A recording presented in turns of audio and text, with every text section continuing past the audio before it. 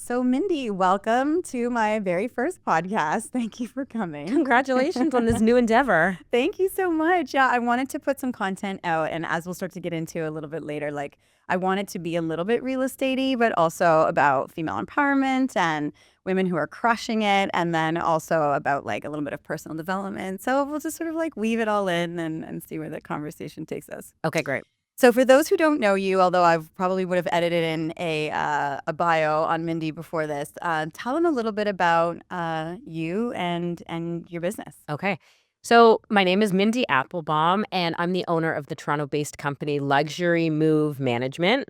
We've been in business for about 8 years, and we are a company that services real estate agents, stagers, and anyone who's moving. We provide the type of services that you need to get a home ready to go on the market. So decluttering, packing away some stuff, moving items to storage, donation arrangement. We help stagers and realtors bring their listings to market faster. And then once the home sells, we work with the client to do all the rest of the move-related logistics. So we offer full packing services, partial packing services too, if that's all they want. Moving, unpacking. We help clients rehome any unwanted furniture so we can donate it and get them a tax receipt. We offer deep cleaning, handyman services, electrician services.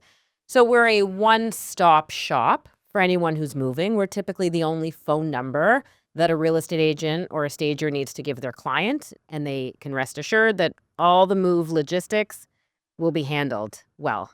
And I think too, with everyone's time at a minimum these days, when you're trying to move and managing the kids and work and all of the things, adding a move to your plate can sometimes be super overwhelming. So I think that's really interesting. And how long have you been in business? So we've been in business 8 years. Wow. And to your point about how stressful it is, moving is actually considered one of the top 3 most stressful things people can undergo. First, it's health concerns, then it's divorce, and then it's moving. So we are really dealing with people at the height of what could be a very stressful time in their life. We work with a lot of families that are going through a separation or a divorce. We do a lot of estates. So there's been a death in the family. So we're not always meeting people at their happiest time, but they're very, very grateful to have a professional company like ours that are able to guide them through the process, and they really feel like they're being nurtured through it. Yeah. It's funny. I've moved I want to say 15 times in my life. So I Yeah. feel like it's always such a good opportunity to purge for me, right? Like just getting rid of the stuff. Purging is fun. Yeah, for you. Yes. But I mean, somebody who's been in their home, my aunt right now, she's been in her home. She's moving. Her husband passed away, my uncle. And she's going through the process of getting rid of so much stuff. And she's been there since the 50s. Yeah. It's a lifetime of things. So I guess do you have any advice for somebody who is needing to get rid of stuff, knows they need to get rid of stuff, but can't seem to part with some of it? Like, what are some of your hacks and tips you give clients? Yeah, it's really interesting. There was recently it's still happening in Los Angeles, the fires that are destroying people's entire homes. People are losing everything. And it's really bringing to perspective the importance or lack of importance of our things, right? You realize that it's the people and the memories and things like that that outweigh the actual physical thing. So I find a way to gently coach my clients in a non-judgmental way to tell them and explain to them that what they're holding on to is 30 years or 50 years of things.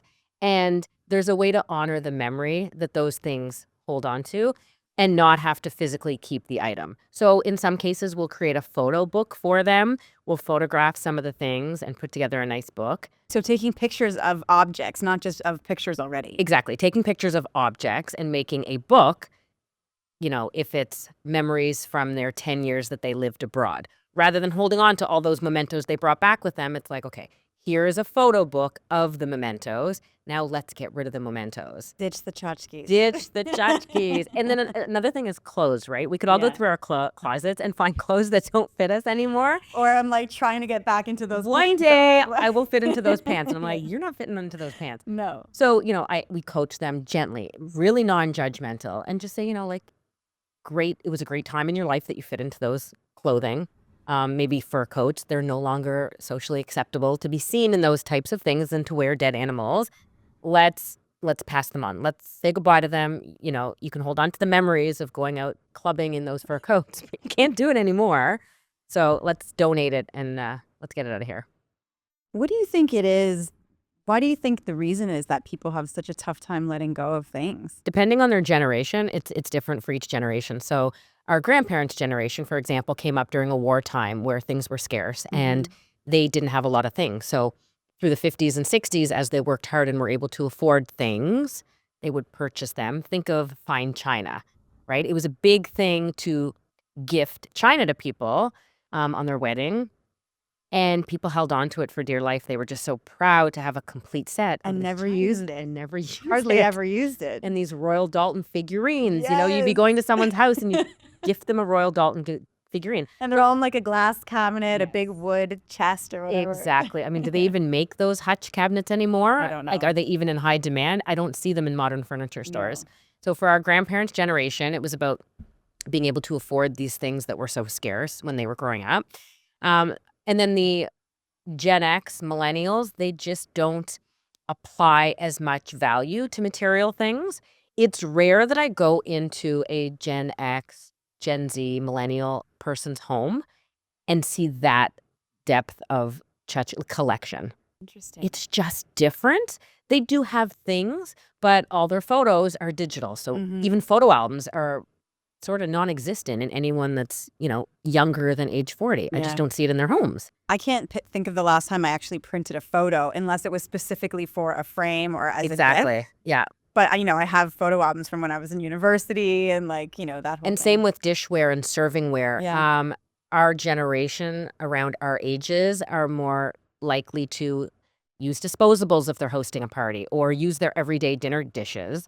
They're not going to collect from Ashley's China Mhm. a big serving set, or if they inherit it from their grandparents, they just want to sell it or get rid of it. Yeah. Like I'll go into clients' homes to pack, and the older generations will have dining room hutches with silverware and dishes and Yeah. china.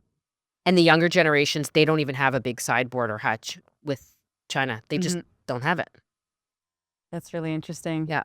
So once you've sort of gotten rid of the clutter and you're ready to move, that's also something super daunting. You look around your home and you're like, where do I even start? So where do people start? So the moving industry doesn't have the best reputation. We've all seen the CBC Marketplace stories on movers who are scammers and who will hold clients' items hostage on the truck and demand more money before they Yes. release it. Yeah. So that's what we're up against. So people find a bit of comfort in knowing that we are highly recommended by their realtor or by their stager or through word of mouth. So the way we tackle moving is we are aware of how stressful it is on our clients, and we anticipate every need, every problem or logistic that might come up. If it's the middle of winter, we're looking to make sure the weather is calling for an okay. If it's a Mhm. snowstorm, then we have contingency plans that Yeah. we communicate to our clients so that they know that their stuff isn't going to fall through the cracks just because there's a snowstorm. Or if we're moving in or out of a busy building in downtown that has very strict hours for access to the elevator, we let them know, we are in communication with the building. They know that we're going to pull up between 1 and 2 p.m. We know we only have the elevator to 5. Worst case scenario, we can do another delivery tomorrow morning, or we'll make sure to get everything up to your floor so that we don't need the elevator anymore, and then we'll carry it the rest of the distance after. We just anticipate these things to really, really take care of any stress that they're feeling late at night. When they're lying in bed freaking out about their move, they can rest assured knowing that we've anticipated and done this a million times. A lot of our clients, I always say to them, when was the last time you moved? And most of our clients haven't moved in 30, like your aunt and uncle, right? Like 30, 40, 50 years. So they don't know current day trends or what happens with the move. They don't know things, about packing an overnight bag to hold them over Yeah. while the move is underway. Yeah. Do you need access to chargers or medicine or a change of clothes, different Yeah. shoes? You don't want to be rummaging and trying to open up a million boxes to find your And everyday things as thing. simple as a coffee pot. Like I always tell my Yes. clients, like, is coffee something that you just love making yourself at 4 in the afternoon? Or do you need something? Let's anticipate that and let's pack a little box and label it differently and let it stand out. Put it on the truck last so it comes off the truck first. So in Yes. your new home, you have that starter stuff that will really help make this transition a bit better for you. Yes. Yeah, I think, and it's those little things too that you do this all the time. People don't know. Even if you've moved 5 years ago, these are little tricks of the trade. Like packing an overnight bag or, having those things go on the truck last, like that makes a ton of Yeah. sense. And during the course of working with us, we're sending communication to our clients that are prompting them for these anticipated needs so that they have enough time a few days in advance to think about that or, oh, yes, I should do that or don't do that. Even things like if there's anything in your home that should not be packed and should not be put on the truck because maybe you sold it to the new owners. I mean, that's a big deal. If you included, let's say, televisions in the sale of the home, those remote controls are expected to be left behind for those televisions. So without communicating that, without prompting the client to leave them behind or label them do not pack, there's a small chance that that remote control is going to end up in a box labeled for the new house. You get to the new house, you unpack, and there's a remote with no TV because the TV was left on the wall at the old Yes. house. So just little communication things like that the clients really appreciate. So we're coming into a spring market. My favorite words, spring market. That means we're going to be busy. Yeah. So the stages really are for you, I guess, or you tell me, is it like declutter, remove furniture, then the stager comes in, does the staging? Like what is sort of the process Yes. when you're brought in? And thank you for asking because we do have a clear process. It's well thought out and it makes sense for all the moving parts. So in a perfect world, we work with clients in 2 phases. Phase 1 is everything we do to get the home ready for the market. And how far out are you typically at this point? A few days before listing. Before listing. Okay. Yeah. And then phase 2 happens after the home has sold, your closing date, a week leading up to closing, we're coming in to start packing, we organize your move, and then we book the unpacking. So for phase 1, the process is I get a phone call from either a stager or a realtor, and they say, hey, I have this listing, and we need some help decluttering. So I'll say, are you staging the house? If they say no, then I'll say, okay, realtor, tell me what you need me to do in the house. Do you want to meet and we'll do a walkthrough together? Do you want to be on FaceTime? I'm happy to go. We don't charge for consultations. So I'm happy to drive over, spend a half hour, do the walkthrough. And that's where the agent can say to me, I'm keeping all the furniture, but to be honest, the surfaces are quite cluttered. Why don't you pack up some of this, just put it down in the cold room or put it in the garage? So that's simple. If you're staging the house, I need to communicate with the stager. I need to see their staging report. In a perfect world, we maybe do the walkthrough together. You have the stager and our company come and do the walkthrough. I'm listening, I'm writing notes. If the stager says to me, oh, I'm going to turn this nursery back into a home office, I'll say, great, I will pack up all the furniture and send it. But I also need to talk to the client. Are you living in the house during staging? Do you have a baby that needs that crib? If so, where are we going to put the crib? Yeah. It's a circular conversation that has to be Totally. had between all the parties. I can't be in a silo where I just sort of get sent a report and not see the And home. then you're guessing, like everything works so smoothly when everyone works together. Exactly. Yeah. I'd rather everything go smoothly so that we all come out looking like rock stars Right, for the exactly. client. That's Because again, the exactly it. client hasn't moved in 30 years. They're probably very overwhelmed that you mentioned a stager and a move manager. They're thinking, what the hell's a stager and what's a move manager and why do I need to pay for this? Yeah. So I'm aware of those, and it's just important that we're all on the same team. The more communication, the better. And then once I know the vision for the staging, and once that staging report is approved budget-wise by the client, I'll say, okay, so in the master bedroom, you want to keep just the bed, and I'll take out the night tables, I'll pack and remove the armoire. Okay, in the closet, you want me to declutter, no problem. And I'm reading through the stager's report so that I can basically make the house staging ready. Yeah. You want to walk in as a stager and say, wow, that room has been emptied. Great, thank you. Wow, those closets look great, great.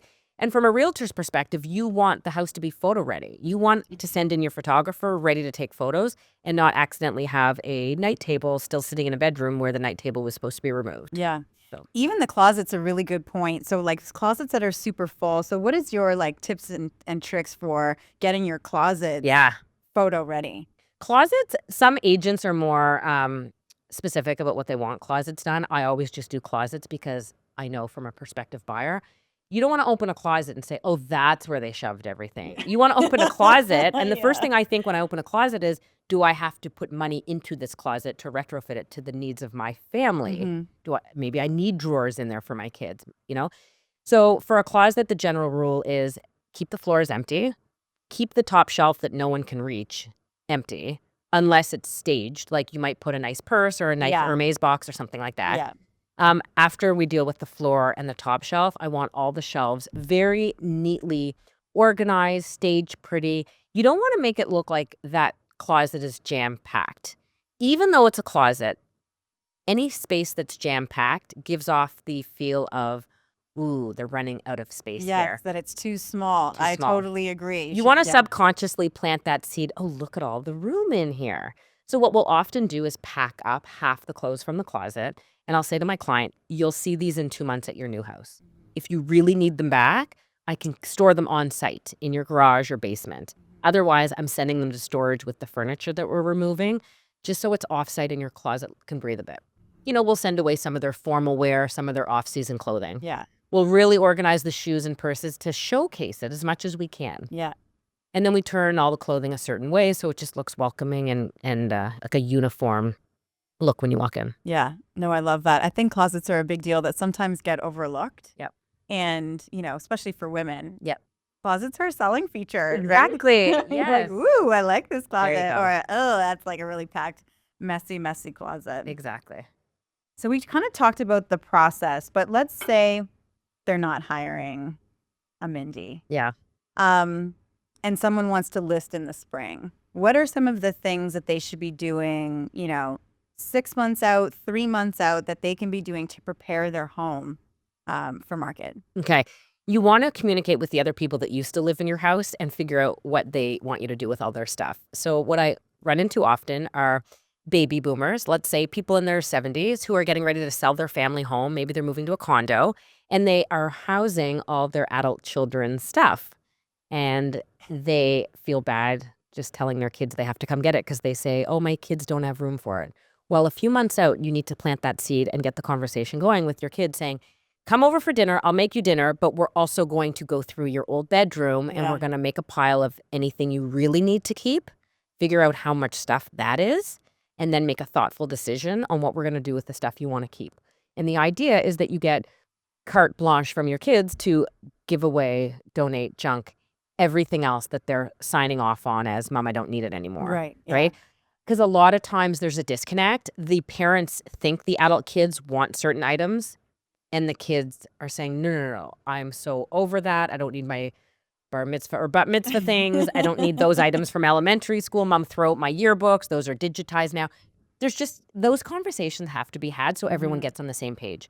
And it's best to have those conversations well in advance. They're not the types of tasks that are easy to deal with in the throes of listing a house. It's just not the right time to do it. Yeah. So Right. 4 months out, have the conversations with loved ones. Yeah. Your stuff is going. Yeah. Let's take a look at what you want to keep, what we can toss. Yeah. I think that makes a lot of sense. And then I also say, do the room by room approach with your partner, or if you're living alone, assign yourself a room per week where you commit to absolutely going through everything in that room. So let's use the storage room as an example, a basement storage room. You could walk in there and see, old hockey equipment, bins of artwork from your kids growing up, clothing or Christmas winter gear, trees. Christmas trees, Yeah. right? So I'll say, commit this week, you are going to tackle that room. Don't let the week finish without you following through on that task. Physically go through every single item. I like to pull it out of the room into the landing and then only put back in items that you're committing to keeping and bringing to your next home. So don't put the Christmas tree back in if it's not the right scale for your new space.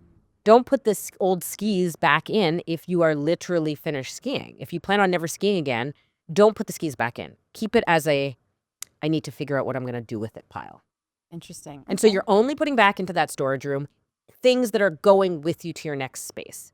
Then there's going to be a big pile on the landing of things that you don't know what to do with. That's okay. That's part of this process.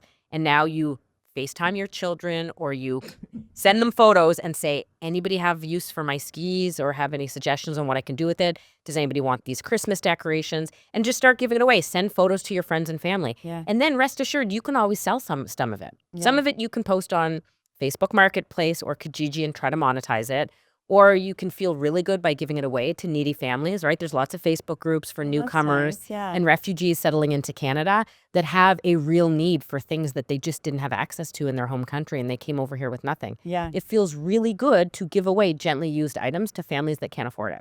And we can help you facilitate that and tell you where to post it. But if you're not working with us, I mean, just give yourself enough runway time to deal with these types of projects so that they're completed by the time you're gearing up to list your house. I love that idea about donating to refugees through Facebook, because even with my daughter's clothes, like I don't love putting, or my son's clothes, I don't love throwing them in those like bins that you see in parking lots, because I don't think they're getting the best use out of them. And there's some really good stuff in Yeah. there.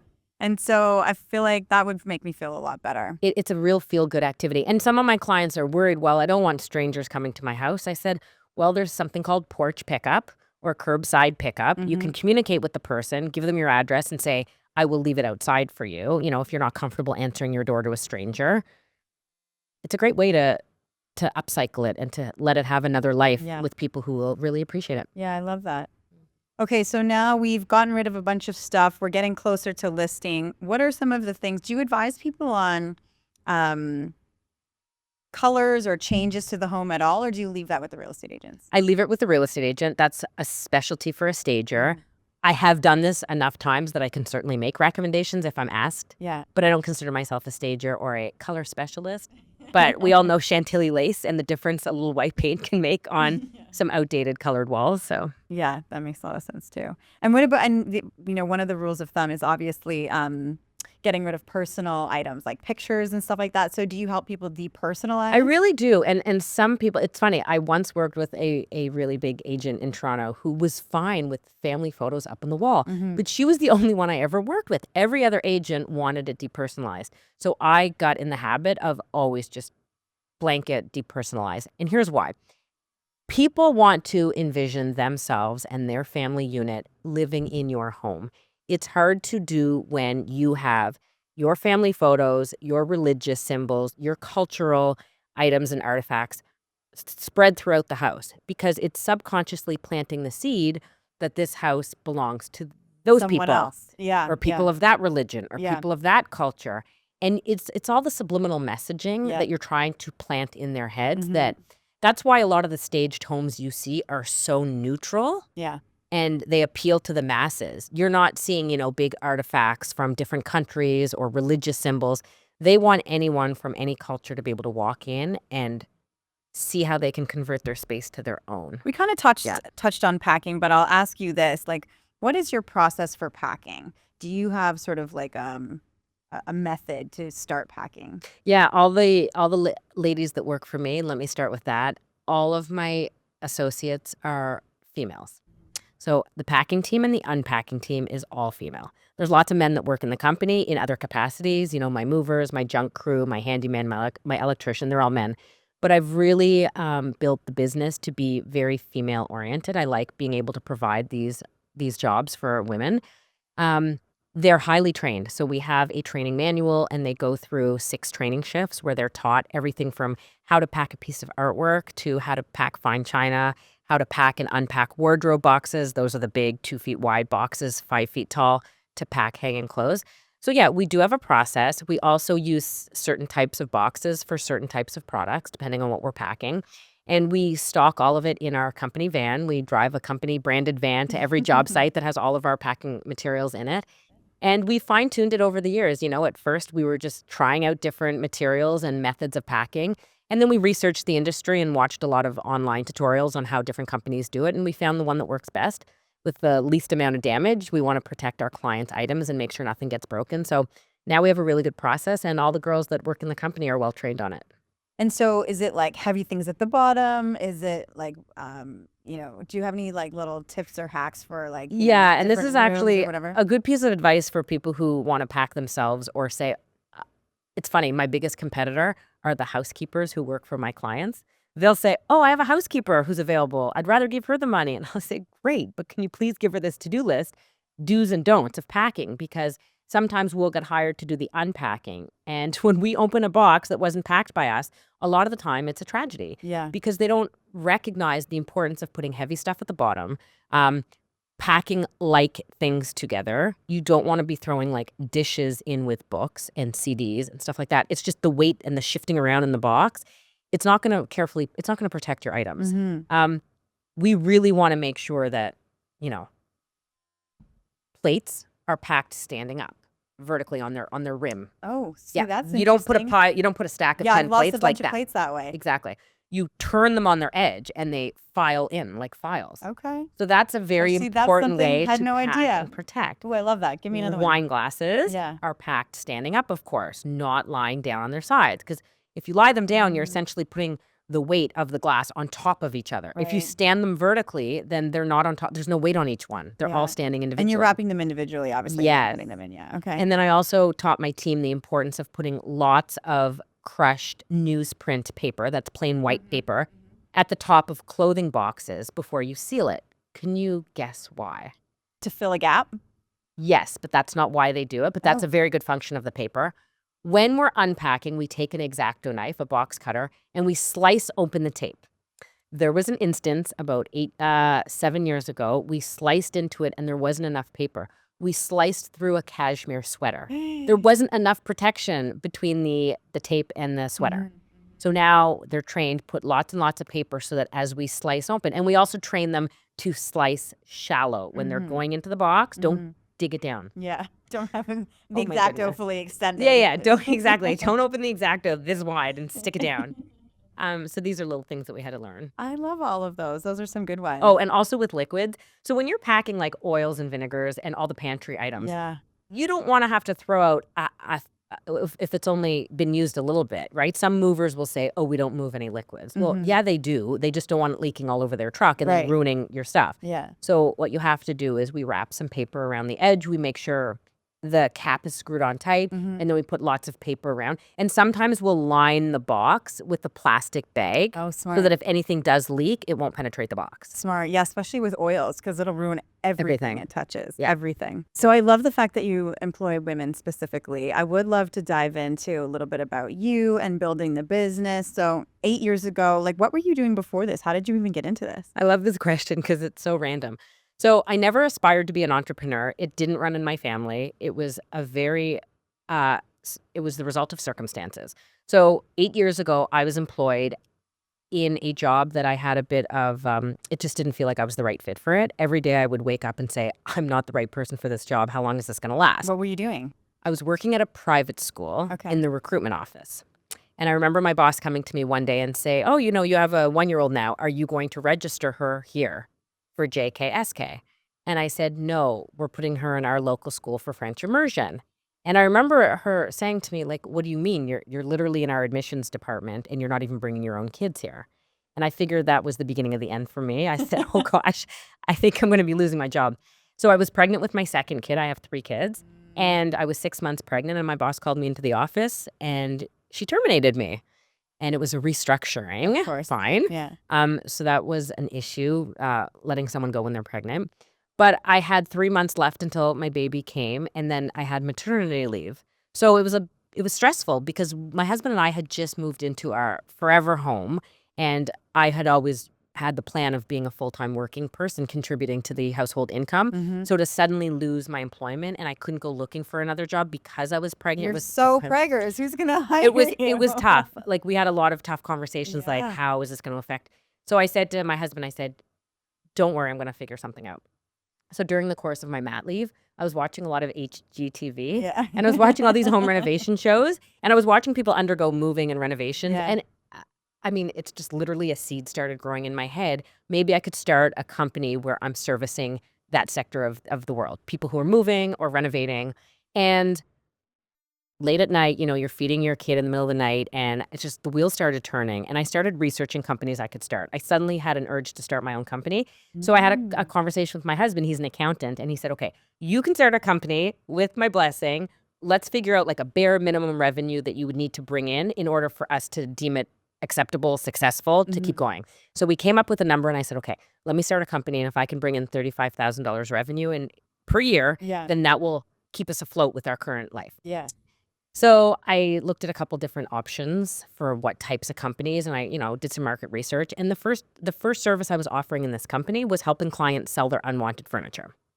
So I was starting a company where I was helping people that were moving to offload their stuff on Kijiji and Facebook. Okay. Within my first client that found me was just a friend of the family. That's always the way. Always the way. She was moving and also needed people to help with other services. So I said, okay, let me try this on you. What do you need? Like packing and unpacking. So I started recruiting nannies in my neighborhood. I was on Facebook and I was recruiting nannies who had availability during the day because their kids were away at school. Right. So I said, come work for me. What hours work for you? And they were available 9:30 till 3, and then they had to get back to their houses. Pack. So I was offering packing services to my clients from 9:30 till 3. So that first job, I had it was myself and a couple nannies packing. And then they needed unpacking. So I was like, hey, we're coming back to unpack. And then I learned in business that when you're starting a business, you have to tell everyone you know. It's not, you can't keep it quiet and be shy about it. You literally have to yell from the rooftops, call old friends, put it on LinkedIn, announce it on Facebook. Yeah. Hey, everyone, here's my new job. Yeah. Here's my new company. Because people will want to support you if they like you. Yeah. They'll be happy, excited for you, proud of you. And before you know it, they're going to be telling people about your services. And then the phone just started ringing. And then next thing you know, I was networking with real estate agents. I was walking into open houses. I still remember some of the realtors I met As during like a open business houses. development thing. Yes, Yeah. it was Saturday and Sunday. I would put a blazer on. I would leave my baby at home with my husband, and I'd walk into these open houses, Yeah. introduce myself, say, here's my company, here's my business cards. Here's why you should be telling your clients about us. We will literally, once you sell their house, we will take care of every other move-related service. And real estate agents were really interested in it because I'm making their life easier. And you're making them look good. And I'm making them look good. Yeah. And I said to them, I promise I won't embarrass you. Like, your clients are going to think you're a rock star by recommending a service that's going to hold their hand through the rest of the sale, right?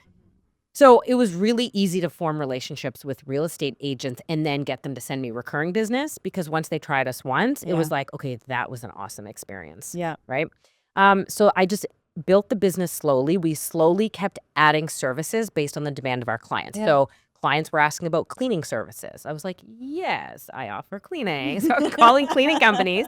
Cleaning companies are really expensive. Yes, they can be. Yeah. Like $40 a person per hour. And I'm like, how am I going to make a profit off that? Like, I can't charge more than that. Yeah. So back to my nannies. I employed a few nannies. Yeah. I built a team who now I really, really trust, and they're amazing. On weekends, they're available to go into my clients' homes and do deep cleaning. And I had a very specific list, like, when you're doing a deep clean, we need chandeliers done, we need baseboards done.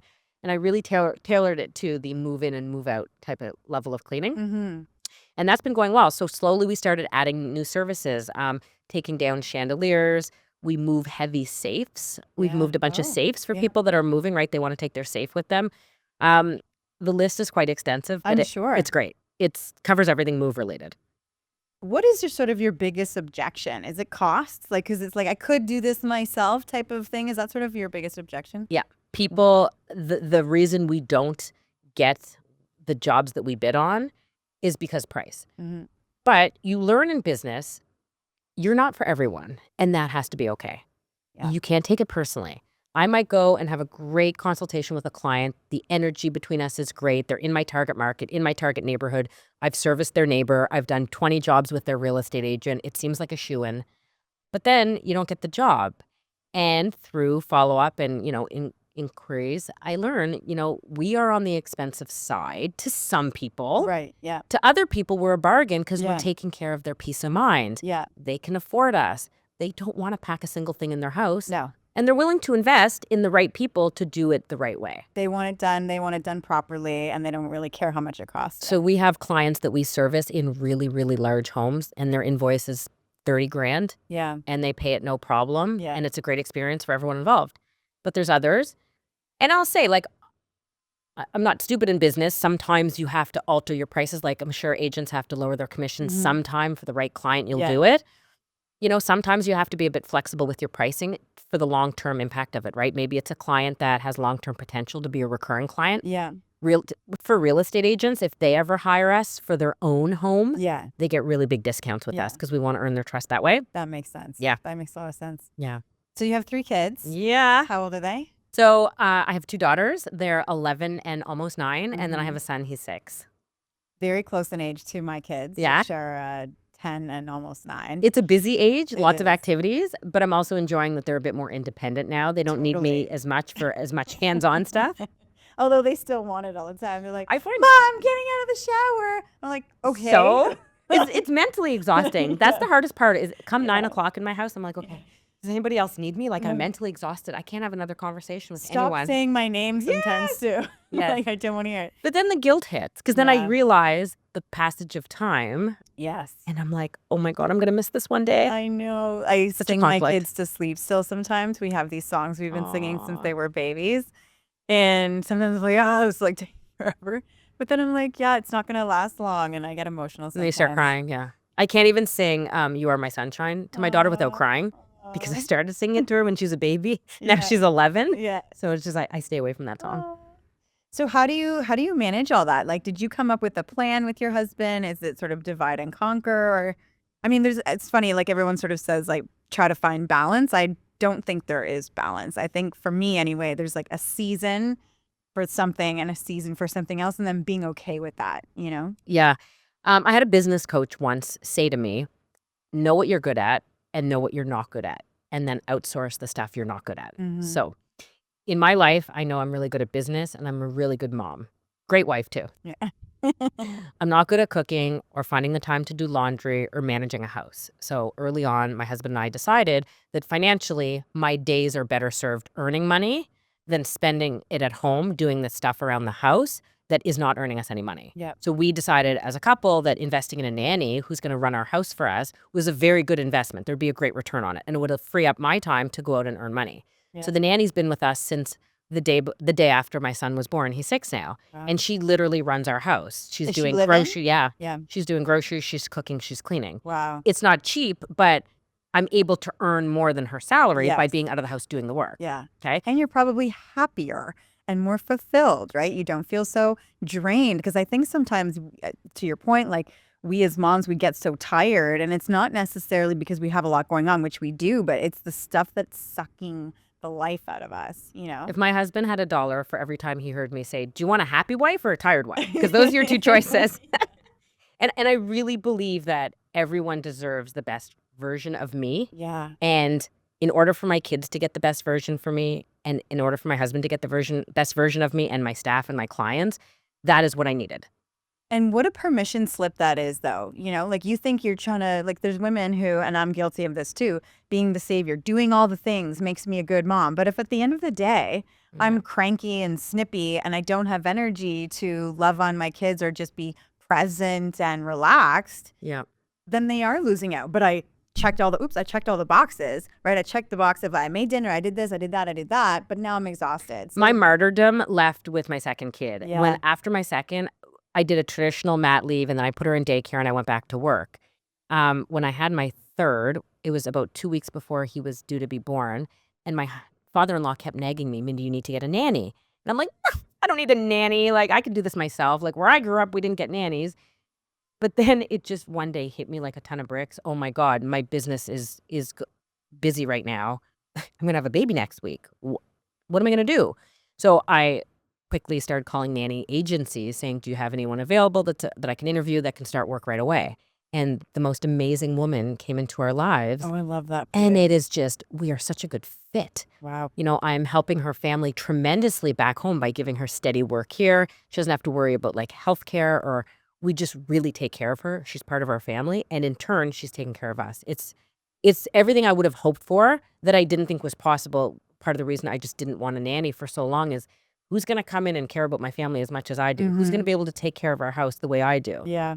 It was about letting go, Yeah. not trying to control every little detail in my world. Yeah. And just putting the priority on your happiness, because that's not a selfish thing. That is something that everyone gets to benefit from. And you're a Exactly. happy, vibrant, energetic person. Exactly. Right? Yeah. And it's important that we teach our kids that too. That, you know, they need to show up the best version of themselves to everyone that gets access to them. So think, what do I have to put in place? Is it more sleep? Is it like taking care of putting what you put in your body and making Yeah. sure you have the right energy and everything? And also, even for me, I'm trying to show my daughter and my son that, like, you're allowed to want things. You are a human that exists on this planet. So you are allowed to have preferences and desires. And you know what I mean? It's okay to, even if somebody doesn't agree with you, even if mommy doesn't agree with you, you know, Yeah. like you're allowed to go after what you want and be happy in life. Like this life is meant to be enjoyed, you know? And you only get one. You only get one, 100%. So 8 years in, where are you taking this business? Do you have any coaches now? Like, I who's worked you've with a inspired you? fantastic coach. Her name Mhm. is Leanne Kim. She is a local lady that I met in March 2020. The day the world shut down, I was having my first one-on-one meeting with her where we Wow. did a deep dive into my business. And we had like big whiteboards going and writing out stuff. And I remember the notifications coming through on my phone that the world was shutting down. Which we Um, thought was gonna be like 3 weeks. I was like, "Woo, I'm remember? gonna hang out and drink wine and play Do you remember? with And girlfriends then a all year night." later, you're still drinking I wine. was It's like, like, "Oh my god, yeah, yeah. it's crazy." So March 2020, I started working with her, and I worked with her for about 2 years, and it was great. I had never had a mentor business wise Mhm. because I don't have business in my blood. Right. And you know what's also lonely about being an entrepreneur? If you don't have other entrepreneur friends, you have no one in your life that you can talk to that understands any of the decisions you're dealing with. Girl, Yeah. this has been one of my biggest I have wonderful friends at Yes. different stages of my life. I have my high school friends. I've got this group of moms that we were all had babies together, and we were in this like moms group in Leaside. And that's wonderful. But it's a bit different when you're building a business. And even as a real estate agent now, I'm still building a business, but I've been self-employed and an entrepreneur since 2010. And so it is difficult to have they don't quite fully understand that. And so I totally agree with you when you don't have that around you. And I'm actually that's one of the things I want to do for 2025 is specifically cultivate that and actively seek out and spend more time with women who are It building. is so important. So my two best friends are a school teacher and a dietitian. I mean, they couldn't have a more different job than what Yeah. I do. So we get together for coffee and I tell them about my business and they find it exciting, but I can't ask them any questions like, what would you do in this case? Or what would you do here? Hmm. So after I felt like I had outgrown my business coach, it was very expensive, but I learned so much for her. Like so much of how I run my business now was straight out of her suggestion. What are one of the, if you can come up with something off the top of your head, like some of the key 2 or 3 key things that she said to you that changed the trajectory of your business? Hire slow, fire fast. As Mm. soon as you realize that there's someone in your organization that's not the right fit, that's poison, that maybe is looking to go out and do their own thing, Hmm. you have to cut the cord. Yes, it'll be a hard adjustment once they're gone. Yes, you have to pick up their slack until you find a replacement. But doing that far outweighs what you're going to find yourself in if you hold on to them longer. They can be poisoning your business, they could be poisoning your staff, stealing your clients, Yeah. starting a competing business. There's so many reasons to get rid of someone quickly once you as the owner realize they're not the right fit. Yeah, I feel like that I could also apply to, like, other people in your life. Well, it's true. Oh my God. Yeah. In relationships with Yeah. boyfriends Yeah.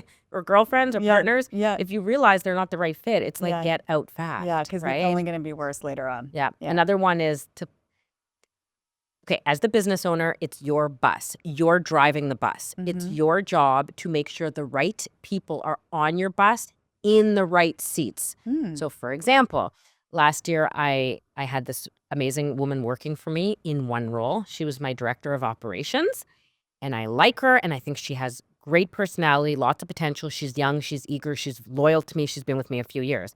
But I felt her output as my director of operations, things were falling through the cracks, and I didn't like the way she was doing the job. Mhm. So when I learned this, get the right people on the bus and in the right position, Right. I said, what if I moved her to a different seat on my bus? What if I made her my sales representative? She's Mm. beautiful. She has a great personality. She knows the business inside and out. Yeah. So I called her one day and I said, I hate you in operation. You suck now. You've plateaued. You've Yeah. outgrown it. Yeah, but I love you and wanna keep you. Yes. What if I just pivoted you over to sales? Yeah. I said, look, in the middle of January, you're going to be bored. There may be no sales calls for a few days at a time, right? Because the market's Mhm. dead. Yeah. But in the throes of, the spring market, the fall market, you're going to have 2, 3 sales calls a day. You're going to go out, write estimates, meet all the clients. And she loved the idea. Now she can earn a commission. Yeah. So I moved her from one seat on my metaphorical bus Yes. to another seat. And now she's happy. I'm happy. And I have a fantastic person in the Wow. operations role. Amazing. She's thriving. They're all thriving. That's really, really good advice because sometimes you're right. Sometimes you think it's like hire or fire, but there is that third option to move them into something that's better suited, especially when they're worthwhile employees to keep around. Yep. And that colleague. And another thing I learned, and this is very important, is the power of a probation period. So in an employment contract, there's usually 90 days of probation. Right. I program that into my calendar like no one's business. I hire someone and I put myself reminders coming up to 90 days, like reminder, her probation period is coming up in 2 weeks, in 1 week. Are you happy with her performance? Has she met these expectations? And I'm honest with myself. It's happened recently that on day, 88 of someone's probation, I had to terminate them. First of all, for the legal implications of not keeping them on after the probation, but also because I wanted to do my company a service and this lady a service to let her move on to a job that she was better suited for. Yeah. She presented well on paper. Her references loved her. She gave great interviews. Yeah. But then in practice, she wasn't the right fit for my company. Yeah. And I saw that clear as day. Making the hard decisions too. If they're not good at the beginning, don't invest and hope and pray they get better, right? No. Again, more good advice for other relationships. This applies in your In your personal life. life as well. Yeah. So kind of to wrap up a little bit, where do you want to take this business? What are your big goals? What do you got cooking? And it's fun because now that I'm in a position where it's sort of up and running and smooth sailing and business is coming in, I find myself with time on my hands to sit and dream and think big. So I've looked into big options. Do I want to expand west? Do I want to expand east? So Do I want different to franchise? locations. Yeah. And also franchising was a model I considered. Yeah. But I also eliminated it, right? I learned that through other companies in my industry who have franchised, you risk diluting the product that you're offering. I'm suddenly no longer in control of my brand. I'm putting it in the hands of someone that wants to own my franchise. Yeah. So I've dreamed and looked into all different options, but for right now, Toronto is a really big city with lots of opportunity, lots of real estate agents and stagers who could use our services. So I'm really focusing on servicing the local clients who are in our city and accessible to us and growing the business locally. And that, again, was advice from my business coach. She's like, why are you looking to hop to another province or to another country or to give away your formula in a franchise? Yeah. Why don't you just own it? Just dominate. Just here. dominate here. Yeah. And Toronto is big enough for you to grow this business huge. Totally. And so that's what I'm focusing on. I love that. So is there anything you think that some big lesson that you've had that you think maybe viewers could really benefit from or anything like that? I know I'm kind of putting you on the spot. Well, it just comes naturally to me because I learned it so early on, is your reputation is everything. And I think this translates well to real estate agents too. If someone has an experience with you that leaves them feeling the ick, or that you were dodgy or cagey or maybe misrepresented them or did something, they'll never forget the way you made them feel. Right? People might forget the words you used. They might forget exactly what you said to them, but they'll never forget the way you made them feel. And it's my goal with every single interaction I have in business that people walk away from that interaction feeling good, feeling positive, feeling like that lady has my back, that company has my back. So always remember that your reputation is everything. One disappointed client or client transaction can really set forth a pattern or a reputation that you're not going to be able to defeat, right? Yeah. With Google reviews these days, or with word of mouth and group chats and blogs and companies where everyone talks and shares referrals, you really got to protect your reputation and make sure that, you're protecting the reputation of the people who referred you. Because I'm a direct reflection of you. If you're sending me into your client's home, anything I do or say is going to reflect right back on you. Yes, 100%. I love that. So where can people find you? Where can they connect with you? So we're everywhere. We're in Toronto, where we service every neighborhood, east, west, north, south. We don't put sort of limitations on ourselves. I say if the client needs us and wants us, we're happy to service them. They can find us on Instagram. We post a lot of our work on there. So it's a good place to log in, see videos and reels of us doing work in clients' homes. So on Instagram, we're Luxury Move Management. We are on Facebook, and we are in clients' homes all over the GTA. Amazing. Thank you so much. Oh, this was podcast episode number 1. In the books. Done and dusted. One of many. Yes, exactly. All right, well, congratulations. Thank you.